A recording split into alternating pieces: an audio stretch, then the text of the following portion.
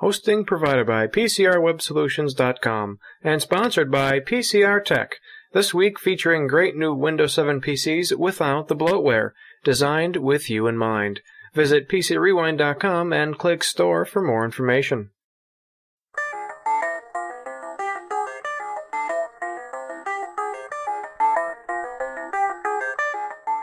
Greetings and welcome to the PCR Tech News Podcast, your latest tech news with no apologies. This is episode 33, aired on November 20th, 2009. Hello, I'm your host, Troy King. PCR Tech News. If you think no one cares if you're alive, try missing a couple payments.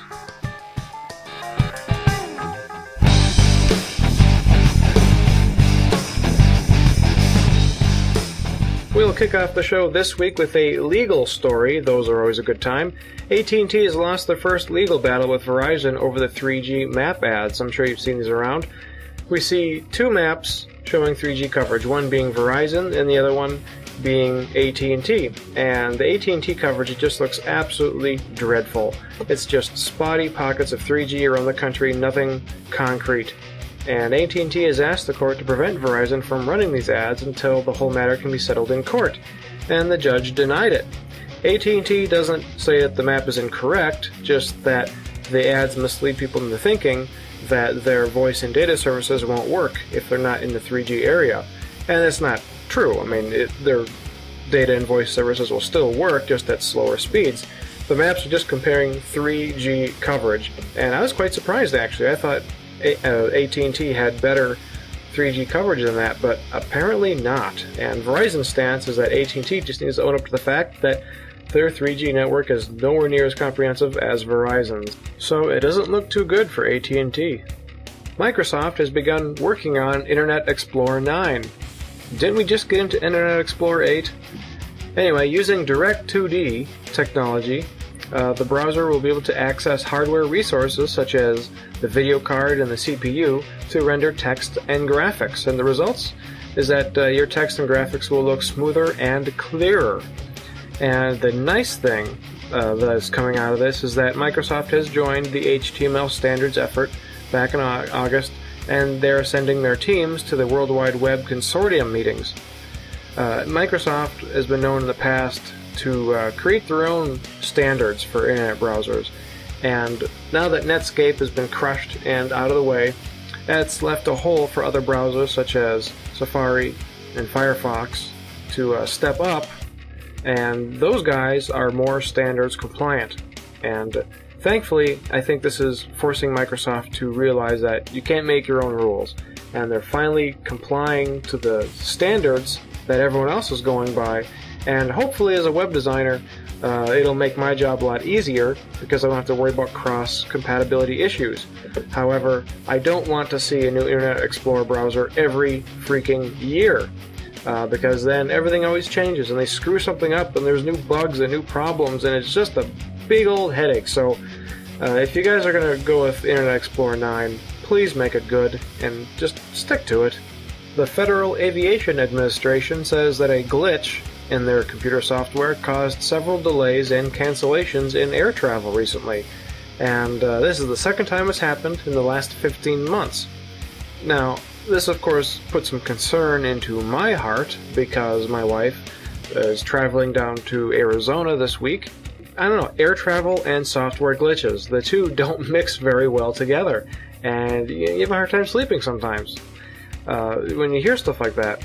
So she's gotten there safely, thank goodness. But I'm just thinking about all the glitches and failures we've had in cloud computing and software recently. Google's had a number of outages in their cloud services. T-Mobile has had two major disasters in the last several months. And it just keeps snowballing. And it seems, is anyone writing good code anymore? I remember back in the day when you had to you had 64K to write a program, and you had to make it as compact and as efficient as possible. Nowadays, you can have a program that's gigabytes in size and just tons of random code that doesn't really need to be there. And at some point, someone is going to die because of it. Whether it's software in a plane going out and bad stuff like that happening. Programmers really need to step it up a notch. I'm not a programmer, I'm just a website designer, so I understand the difficulties of getting your code right, but when people's lives depend on it, or when society really depends on your software, make sure it's good, please. I'd appreciate it. Microsoft CEO Steve Ballmer told shareholders recently that Windows 7 is selling very well. They have sold twice as many machines and copies of the OS as any other operating system they've released. And one shareholder asked about the Microsoft-Apple rivalry, and told Ballmer that Microsoft is losing the younger generation. And Ballmer admitted that younger folks are gravitating towards Macs, and Apple has picked up some market share, and Microsoft has a lot of work to do, especially when it comes to the smartphone industry. The iPhone is the pinnacle of all smartphones. It's the perfect blend of hardware and software. And Microsoft's Windows Mobile, I've talked about this before, major disaster, needs a serious overhaul. Windows Mobile 6.5, or My Phone, or whatever it was they were calling it, just not good at all. Just a new dressing on a creaky, old, dying architecture. And Windows Mobile 7 is supposed to be the big savior, but that's not coming out for another year, maybe even 2. So Microsoft has said that they've put some smart people on the smartphone team, but if it's Microsoft smart, I don't have a lot of confidence. Sorry guys, but I gave you a shot with Windows Mobile 6, and big disappointment, and I haven't seen it turn around in the last couple of years. So, and Android is already blowing you out of the water. So Microsoft really needs to step it up, and I think Windows 7 is a good foot forward in the right direction. They just need to keep on going, stop with the bad advertisements, and just focus on good quality product that is fast and efficient. So, and that's what Internet Explorer 9, going back to that briefly, is supposed to be about. They're improving the code, they're improving the speed, and trying to refine the process. So I'm pulling for you, Microsoft, because I'm in the business of fixing your stuff, and it'd be nice if I could fix it a little bit faster. I want to bring up this next story because it ties into the discussion of the week. A 15-year-old boy in Buffalo Grove, Illinois called 911 because his parents took away his Xbox, and he wanted to know from the authorities if his parents had the right to do that. And of course, 15-year-old boys being what they are, he hangs up, and so the police go to his house and make sure everything's okay. And they told the boy that, yeah, your parents can take away your Xbox. They have that right, and you should probably do as they say.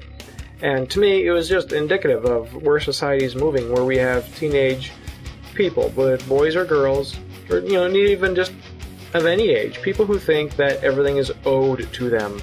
You don't have the right to take away my game console, even if I don't do my chores or hold up my end of the bargain. You don't have the right to take away my luxury item.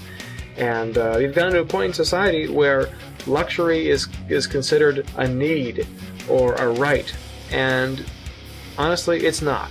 It's a privilege, and some people would disagree with me. That's fine. You can disagree with me all you want. But we certainly have a luxury class society, even for middle-income families. We have a lot of nice stuff. And we need to educate our children that, hey, this stuff is great, but it's not the end-all, be-all. If you want this particular video game, you have to earn it. But it's about accountability and being responsible for your actions, and everything isn't just due to you because you say so. You have to earn it. So that leads to the discussion of the week, and it centers around the flip side of video game controversies. Video games have been stirring up a lot of controversy lately with use of language and violence and racism and other stereotypical themes. But what about the flip side, away from the developers and their choices that they put in the games? But how about the online experiences and the accountability of those who are playing online, especially in multiplayer games? Xbox Live is the #1 community for gaming, one of the largest communities, and Microsoft has put a lot of good controls in there for being able to file complaints against people who are going over the line. and you can mute people, and so they have some nice controls in there, but at one point you shift the responsibility away from Microsoft